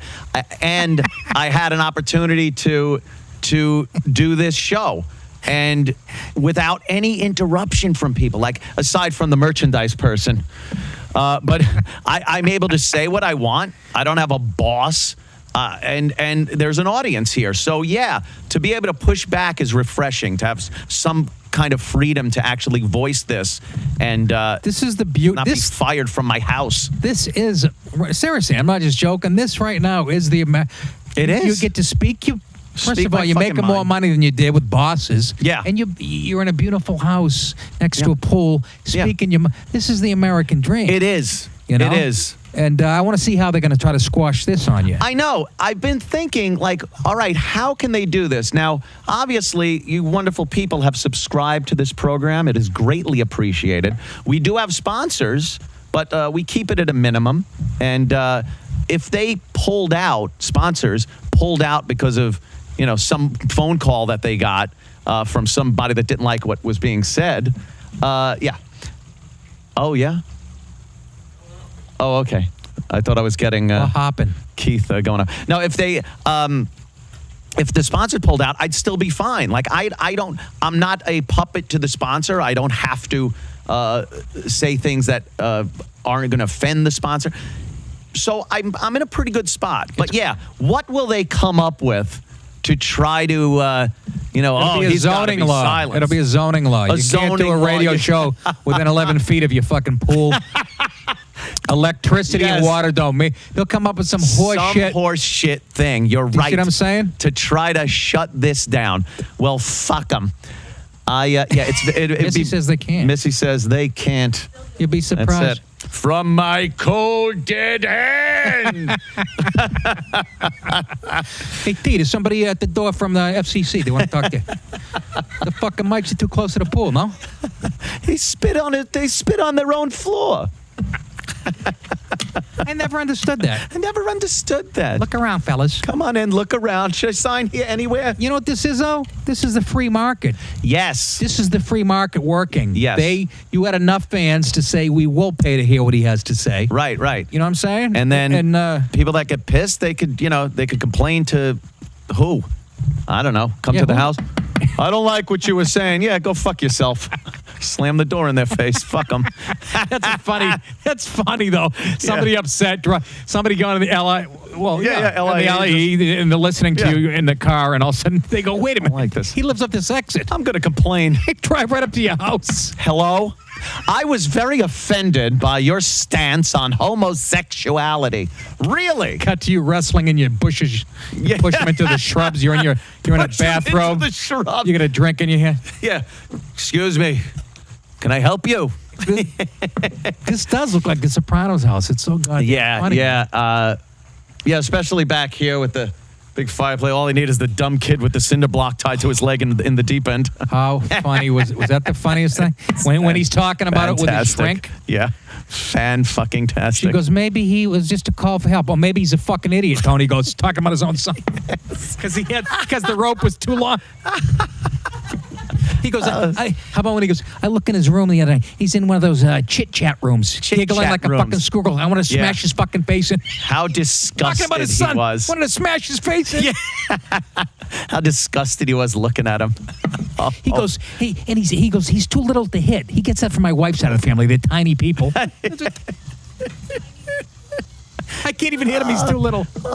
My father never. You don't have kids, right? I don't have kids. No, Yeah. I have a wife. People find that strange. It's one of those things. I do like, too. Now that I look around. Yeah, you do kind of. No, I'm kidding.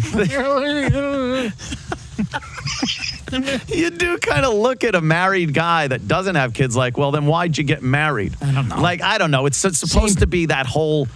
I had a couple drinks one night and it seemed like a good idea. No, I don't know. I can't really explain. I'm not looking for an explanation. We didn't plan on not having kids. Let's put it that way. Oh, okay. So it was one of those deals. Yeah. I have a great marriage, and it's odd. I think it's the one thing I did right in life. Did right? I stayed single till I was 41.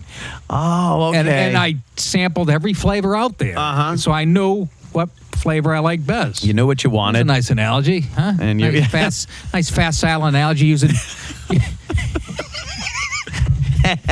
52 flavors. Compare my wife to fucking sherbet. That's great. But it worked out good. Yeah. You know, I married a woman a lot smarter than I am. She's like a forensic accountant. She can chase down. Okay. Any, unbelievable. Find those and a piece of ass at the same time. Hidden accounts. Yeah. That's I think waiting till you're older before you're married helps. Oh, I don't think doing it early is a good thing. I think people that get married and they're 22 years old or something. I'd like to know the statistics on that. Right. I mean, we know marriage doesn't, it's like 1 out of 2 fails or whatever. Yeah. Ends in gunplay or knife fight. Right? But it's featured on Forensic Files. Yeah, exactly. First 48. Yes. And then she poured Clorox in her husband's drink while he was watching Jeopardy. And it's always one of those. But I'd like to know that statistic. Yeah. Break it down by age. How many? I bet I bet 1 in 10 make it.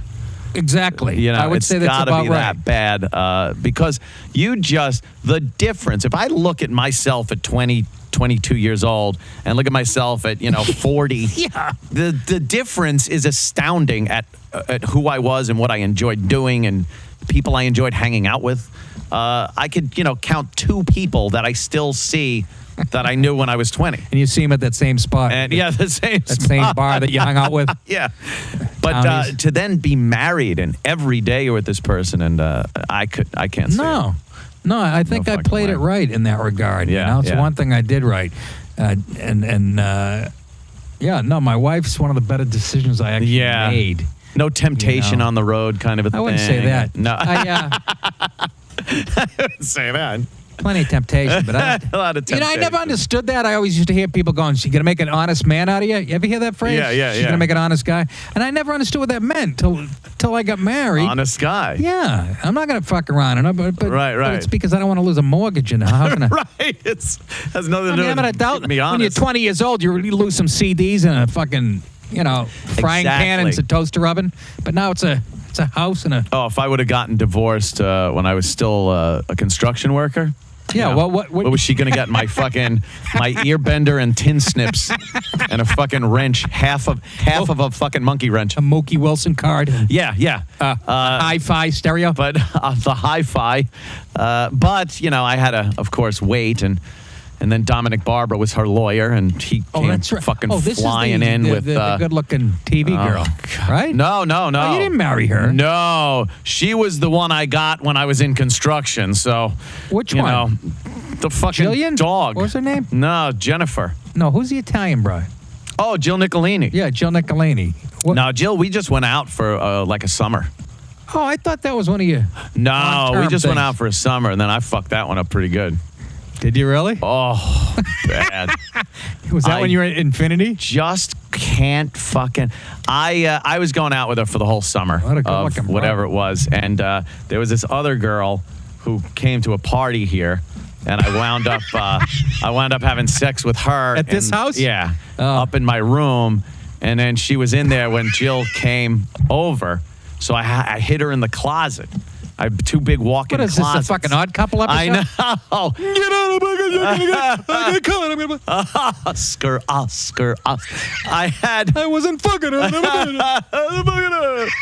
I had 2 big walk-in closets. One, I remember hearing part of this, Anthony. And the one girl was in the closet, and Three's Company episode. Jill comes in, and this was really bad because she was feeling a little feisty and frisky. So she goes to go down on me and goes, she tasted the fact that I had my dick in a vagina, and it wasn't hers. You should have said you just tripped and fell in a can of tuna. I know that sounds juvenile and mature, but I'll still do that. Now that would have been thinking on my feet. You know what I'm saying? No, I was having sardines and I spilled the can. But no, I should have used that because what I said was, no, what are you talking about? She's like, is there another girl? What the fuck is it? Are you shitting me? No shit. Yeah, it was bad. So she walks to one of the walk-in closets. There's one on each side of the hallway and opens the other one. This is like a movie. Yes, she opens the other one and looks in and then shuts the door and comes back over. So she's still in there? Yeah, she's in the other one. She picked the wrong, what is this? It was like, let's make a deal. I was like, there's a donkey in there, 1,000 can of peaches. Quack, quack, quack. Yeah, wah, wah, wah. No, let's see what the other closet would have had then. So she comes back over, and I'm thinking, oh my God, she's not going to look in the fucking closet with the girl in it. And then a couple of minutes later, she walks over to the other closet, opens it up. Now, I can't see in the closet, but I see her face. I see the door open, and I just see her face. And she's obviously not looking at my shoes. Her face, and she looks at me and looks. And the girl in the closet just kind of waved at her like, hey. I mean, what's she going to do at that point? And then I was called some really choice things. And then she took off in my Escalade. She grabbed my keys, my Escalade, like grabbed my laptop and shit. I remember hearing that. I remember you guys talking about how crazy she got. She was pissed, real pissed. And how about you? You got one in the closet, and Nicolini's a smoking. Yeah. I was just a fucking, I was an asshole. You got to love that about him. That's a guy's guy. I love that about him. I do. She came back. Nicolini comes back when I was at work, grabs all of that other girl that was in the closet, finds her shit here, puts it all in the fire pit and lights it on fire. That I remember she did some. Oh, yeah. That's about right, though. Lit it on fire. That's an Italian from Long Island. It really is. For years, we were picking underwire from bras out of the fire pit. That's all that was left, just the underwire. Who wants a shish kebab? Like, I remember this. That's great. Yeah, it was something. And that girl, actually, she had her grandfather's ashes that she wanted to sprinkle in the ocean in her backpack that was burned there. So the final resting place of this girl's Get the hell out of grandfather here. is in the fire pit over there. Oh, yeah. Oh, yeah. Where that poor grandfather, what was he born? Probably. Yeah. He was like a nautical guy, so they wanted in the Atlantic Ocean and shit. And now he resides in fucking some Nassau County in a fire pit at some fucking white trash guy's house. Hey, Grandpa, how you doing? Yeah, no shit. Oh, that was a bad one. That was a bad one. Yeah. My old girlfriend Michelle. She was a bartender. She was older than me, good looking, worked at Faneuil Hall, but she took me to the cleaners. I was like 22, right out of college, and I'm living in like Rhode Island. I drive all the way back to visit her, like unexpectedly. I get there at like 6 in the morning, and she's up, and I'm like, why is she up? And her girlfriend's there, and they're giggling. She lets me in. To her apartment, and they're giggling and shit. And I'm like, what the fuck's going on? There's something odd here. And then all of a sudden she goes, and she's got a Playgirl magazine. And now I'm like, I think I'm in love with this chick, but I'm like 22. Shit. I don't know what I'm doing, course you're right? in love. She's just playing with me. Uh-huh. And she goes, does she think this guy's cute? She holds up this guy. Matter of fact, I think he's a Long Island guy. I bet you even friggin', is there a guy, this is unbelievable. Probably lives in the house next. Was there a guy named Phil Baroni? It sounds like a Long Island name, in the right? 80s, I think I know there's an Ultimate Fighter named Phil Baroni. Phil Baroni from fucking Ronkonkoma. He is, I swear. Yeah. And I think that's what this guy was Playgirl Centerfold of the Year. Really? Guy. Yeah, in the 80s that my girlfriend banged. Oh, no. Yeah, he had just left like an hour before I get there. I thought you meant like banged her at some point like years before or something. No. No. Yeah. This all comes out, She has the nerve to go, do you think he's cute? Holds up, and the girlfriend's giggling, and she sprints. She's trying to cuck you, man. She's fucking making you a cuck right there by proxy. So I swear to God, the guys, because there's like an Ultimate Fighter now, like a good-looking Italian guy. And that's what this guy was. He was like a bodybuilder or whatever. And I think it's his son who's the Ultimate Fighter. Oh, no. I swear to God, I haven't. But anyway, did he have the '80s like mullet thing going? And I can't remember, but he was real good-looking. He was a fucking, fucking prick. So, anyways, she's bartending with this hot girl named Sandra, new bartender. Who everybody's in love with. This girl had to have a breast reduction. She looked like Marilyn Monroe, and she liked me. So about a week later, I retaliate. I strike. You have to. And I make sure it gets back to her. So she goes fucking nuts. She calls me, doesn't want to talk to me, whatever, ever again. After about a month goes by, I call her best friend and said, can I want to talk to Michelle. Is she still, and her best friend, they were like this. She goes, yeah, go over there. She's fine with it. I go... I go over, I knock on the door. I had a Celtics. They had just beat the Houston Rockets. I had a championship T-shirt on. I knock on the door. She just reaches. I'm standing there. All I have is the collar of my shirt. She tears my shirt off. She runs upstairs. She starts throwing clothes. A VCR that I gave her out the fucking window. Wow. She's landing on the front She was lawn. pissed. It's like a scene out of The Sopranos. Did she know? Went cuckoo. Did she know that you found out that she was banging that guy? Yeah. Yeah. So then what's her fucking beef? I don't know. That's like tit for tat, as they say. Yeah, I mean, she was insanely jealous of this girl at work. Obviously, yeah. Who happened to be living in the apartment complex that I was. So do you think you got her worse by fucking that girl than she got you with fucking the the guy? Oh yeah. Okay. Yeah, because girls are even more catty and jealous. I had a girlfriend that went to Quinnipiac College, and then she started going to some college in Oakdale out on Long Island. And I didn't have a car at the time. I used to have to take the train to go see her. Just my real bum years. And I dropped by once to see her, and she really wasn't into it. And then she called me later that night and told me, like, hey, if you're ever coming by, could you call first before you just drop by? And I'm just like, yo, okay. All right. I love you. Why that is. I love you. Okay. Click. You know, she's the greatest. She's just the greatest. I love you. Okay. Oh, the fucking love. It was 100% infatuation with girls back then. Sure. That was in a clever love disguise. Hi, I'm Yeah. infatuation. No, you're love. No, I'm infatuation. I'm just dressed like love. And I'd be like, oh, I love this girl. She broke my heart. And it was so embarrassing. I think back, I get like douche chill goosebumps at how douchey I was in front of like girlfriends. I love you. They're fucking other guys. Oh, yeah. Good for the girl in the closet. Well, I got to this one early. I mean, she taught me a lesson early. Yeah. And to this day, people say who know me, it affected my attitude towards women.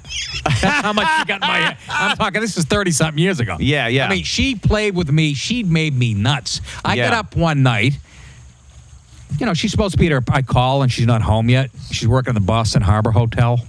So I called at like 2 in the morning, and she's still there. Oh, fuck. Come on. And then she implies that she's not going home. You know? What does that mean? I don't know, but I'm so crazy and young and fucking nuts. I'm in a wife beater and gym shorts. I get in my car and drive into Boston. Still drunk. I was at the Palace earlier. Oh, shit. Driving to the Boston Harbor Hotel. They won't tell me what floor she's on. I'm banging all the doors, waking people up. You have a whore living in your building. You have a whore. That's Janice right. Rossi. That's right. Is a whore. I was Karen. I was Karen. You were Karen. She turned me into a bitch. But banging on the friggin' doors, and they fucking escorted me shit. out in my gym shorts. I'm like a wife beater. And she that must have been some she scene. fucking messed with me. And my best friend got involved. And They can do that. yeah, I mean, made me crazy. And I just started doing open mics at that point. And that's why people are going, this guy's an open micer. He's already this fucking angry. He's always... And it never really... I guess it's only get progressively worse. But you know who you are, sweetheart. Oh, shit. But she was like a streetwise, you know, from Lynn, Massachusetts. From Lynn, huh? Yeah, But we had a ton of fun, though. I mean... you know, I was living in Malden, Mass, from the hottest nightclub within walking distance. A place called the Palace with like 12 bars under one roof. And we were there on the grand opening, and she knew the owners, and she had cute friends who were dating the owner. I mean, it was like watching Raging Bull when they went to the Copa. Yeah, it was the that Copa. type of thing. Oh, my God. She did permanent damage to my... Yeah. You know what I mean? I don't think I ever quite recovered from It that. can happen early on. I've reached the point where I'm very honest. I just say I'm a terrible boyfriend. I just go, I'm not a good boyfriend. I'm not very thoughtful. I will just not acknowledge birthdays and Valentine's Day and shit like that. I'm like... And I used to bullshit and try to make it seem like I was good, and I'd always wind up saying like stuff like, oh yeah, I love you and things like that, and I didn't, and then it would cause more problems. Now it's just like, yeah, I'm not going to be here for 2 days. I'm just going into the city or something. Yeah, that's bye. That's how it works. At least I'm being honest now. I used to say, you know, I'm not a good boyfriend. Turns out I was a better boyfriend than I am husband.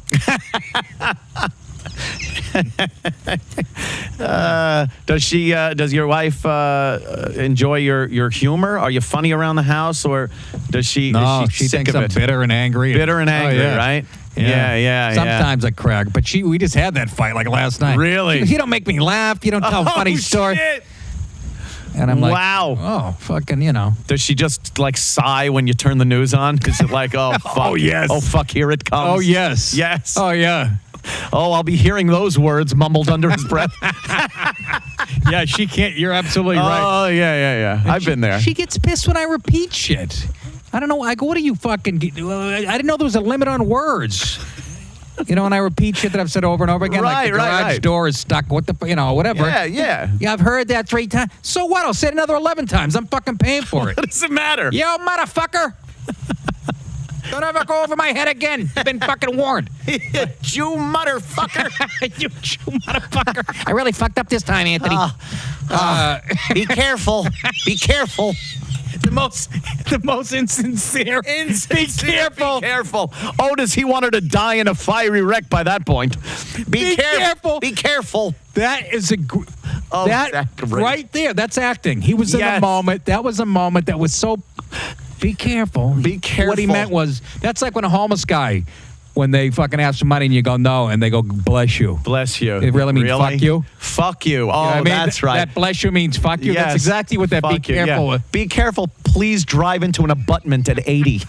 That's what he meant. Be careful. With a The way he shitty said Chicago it, accent. he's waving. Be careful. He's fucking fantastic. You motherfucker. Yeah, motherfucker. Speaking of fucking homeless shit, that I wanted to bring this up yesterday with Bobby, but we got in another direction. I was talking about the dumb VMAs, Video Music Awards, which is, I was saying if you want to stay sober, play a drinking game where you have to drink every time a white male presenter comes up on stage. It just didn't happen. Sober as a judge after that game. But Miley Cyrus wins an award. For what? And I guess She's Wrecking Ball. crab-free for the first time in her fucking life. Crab-free. Here's an old one. Do crabs even exist in this day and age? I don't even. Are they extinct? There's so many STDs that crabs can't even survive. Crabs are getting the STDs and dying off from them. It's, she won for a Wrecking Ball. That fucking her naked swinging on the fucking Wrecking Ball. That's and still isn't that album like 3 years old? I thought I don't so follow too. the I horror, guess but go he ahead. put out. I don't either. I hate that fucking bitch. She comes out, and this blonde guy, surfer-looking dude, with a little mustache. Jim and stuff. Florentine? It was Jim Florentine. Miley, I'll go up. I'll accept your award.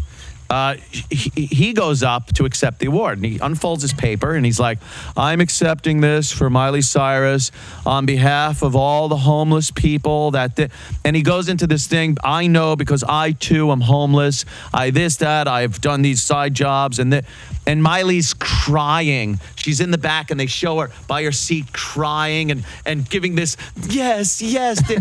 and then all night long, she's tweeting pictures of her at these after parties with her arm around this homeless guy. He looks like fucking Brad Pitt. He's clean as a whistle in a tuxedo, looking like a leading man. Oh, God. And she's like, oh, take care of the homeless. This guy, get fucking Tippy Tom. Get a guy like Tippy Tom who you could smell coming up the fucking elevator. He smelled like dog shit. Get a drunk with ulcers on his legs. This guy was like Owen Wilson. Dude, exactly. It was a movie version of a homeless guy. How he must have fallen through the cracks. Honest to God. It was so, and her trying to show people how nice she is by taking care of the homeless. And it was the most insincere bullshit portrayal of a homeless guy. This guy's probably just some douchebag that hangs out on the street because he's lazy. Probably get fired from MTV like a month ago. Yeah. He's probably getting laid like crazy and doing drugs and fucking, living on the street because he's, a bum at heart. But as always, they can't leave it alone. They can't leave these causes alone. They can't leave it alone. They fucking... And they're so out of touch as far as what the homeless are. Walk through Manhattan, Miley, without all your bodyguards and everything. Put on a little disguise and see some real homeless people. And let me know if you take them to an awards show. There you go. Or to an after party all dressed up with your arm around them. I doubt it. I fucking doubt it. More phoniness. More of that fucking I'm doing good. That's right. Phoniness. That's too. My father said like 15 years ago. Everybody's a do-goody now. A do-gooder. Let's go to Africa and adopt 12 little African children and bring them back and make sure the press sees every fucking bit of it because that's really why we're doing it. There you go. To make ourselves look good. There you go. Even Sandra Bullock, who I used to like. Yeah. She's gone off the fucking She deep went end. off the deep What if she's end. starting to fucking... football team. They all got this idea that It's white guilt. that society's going to look at them and see that they're such good people. Well, they have guilt about Guilt. because they're overpaid at what they do. Right. And they're spoiled rotten. And it's guilt. It's guilt. Yeah. Most Matt of them, Damon seems like a cool dude. I like what he does. Like he's trying to bring clean drinking water. That actually makes sense. That makes sense. You know what I mean? Teach a man to fish kind of a thing. Yeah, exactly. Yeah. Who would have guessed that Ebola isn't fatal if you're not shitting into a ditch, Yeah. wiping your ass with banana leaves? We hear about fucking these Ebola cases of physicians that went over there, caught it. They fly them to Atlanta to the hospitals kind of and Center frightened for me. Disease Control, which was a little frightening. They're in front of me in business class But on Delta. The guy's Yeah. popping. He's got a live rooster on his lap. His nose is running. They fly them here, and then they're fine. It's like, oh, yeah, they cured them, and they're fine. It's like, oh, how many are dying in Liberia? Oh, Yeah. all of them. You're not wiping Oh. your ass with chestnuts? Right. And who would have guessed? You're not rubbing snake blood on your tits to get rid of it? You know what I mean? Jesus Christ. There does seem to be a problem. I think the teaching a man to fish thing kind of works. If how about irrigation? How about sanitizing Irrigation. some sanitary facilities? I do. That's funny. I do this hour that I shot again last November. Should be out soon. I keep saying is shopping it around right now, but that was one of the things I talk about. Masturbating to National Geographic as a kid. Yes, and I we go, it's did, perfect. yeah. I mean, you jerk off, then you read about irrigation. I go, it's like taking 20 Ambien. You talk about a deep sleep. You did get an education from jerking National- off back then. Oh, to yeah, Nat Geo. Nat Geo. You'd be like, all right, got some titties. That was- best was when you would get the the Tahiti girls.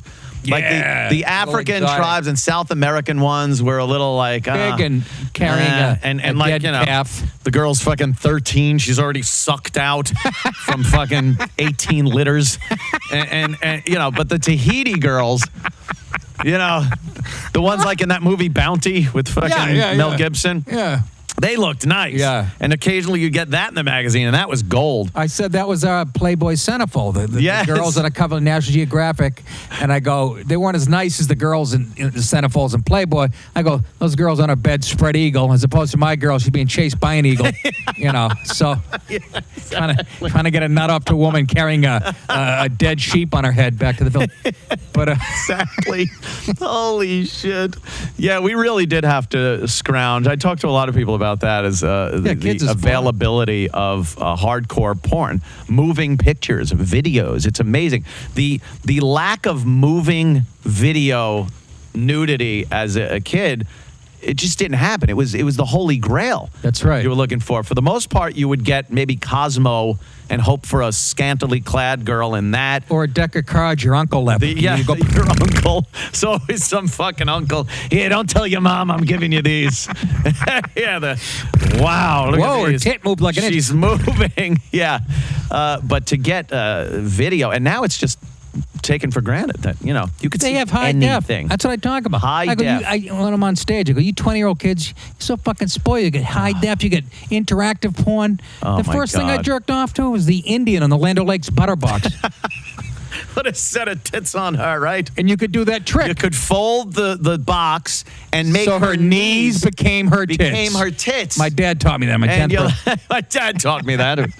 and you'd be like, oh, that's great. Yeah, the Land O'Lakes butter girl. I do a whole bit about I remember I do. that. This isn't the name of it when it comes out, or whether it'll be on my website. I don't know where I'm going to sell it, but Another Senseless Killing is the new hour, and that's like the closing bit. But I talk about my evolution of porn. Started with the Land O'Lakes butter box. girl folded. Yes. And then National Geographic, and then I go VHS porn. I go the porn in the late 70s, early 80s. Girl, was bad. They didn't shave down. I go Right. It's like watching ABA All-Star Game. Giant muffs that just every. But You didn't want to see that in HD. It was giant muffs and C-section scars and all kinds of crap. And now, you're getting beautiful model girls in HD. yes, there wasn't even Nautilus in the 70s. Now these girls are ripped. Ripped. Their They're- uncle, get them with a beer bottle. Game for And, anything, too. Like, there isn't something you can't see. on the internet. Like, oh, I want to see this girl take it in the ass by 2 dicks. And there it is. Yeah, for there your it is. viewing pleasure. Yeah, you become desensitized. It's boring now.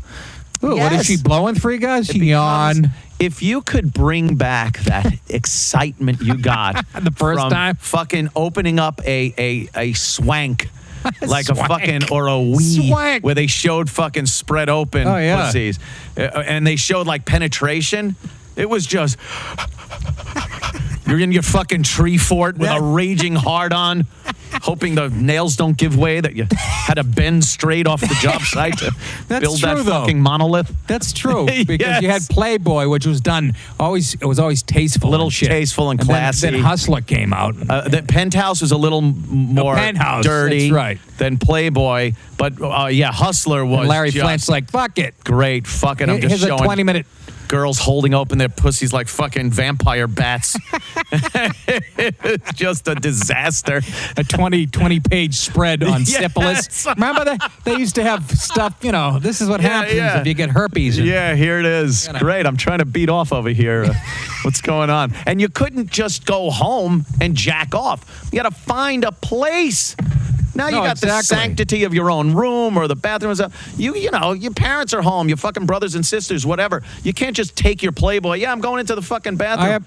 Luckily, I have my grandparents next door, and they're out in the garden. Oh, so I out go in up the to the garden. second-story bathroom. Yeah. But it had the tub with the lion's feet on it. It used to scare me. I'd lose my heart on it. Did it squeak on the floor or anything like Even that? now, I can't go to a zoo without. Did it used to squeak? Yeah. Nothing. That repetitive movement. You'd have to break the rhythm like soldiers when they cross a bridge. You know, you'd have to break rhythm to keep that bed from shaking. I'd go in there. I'd go in there with a can of Pennzoil. Hell's Yeah. he? Little WD-40 on That's the not old for me. feet. She realized I has to drive, right? Give that to. Hey. That's you his. got to drive. Yeah. Give We that to can't him. have... okay. Be careful, Nick. Be careful.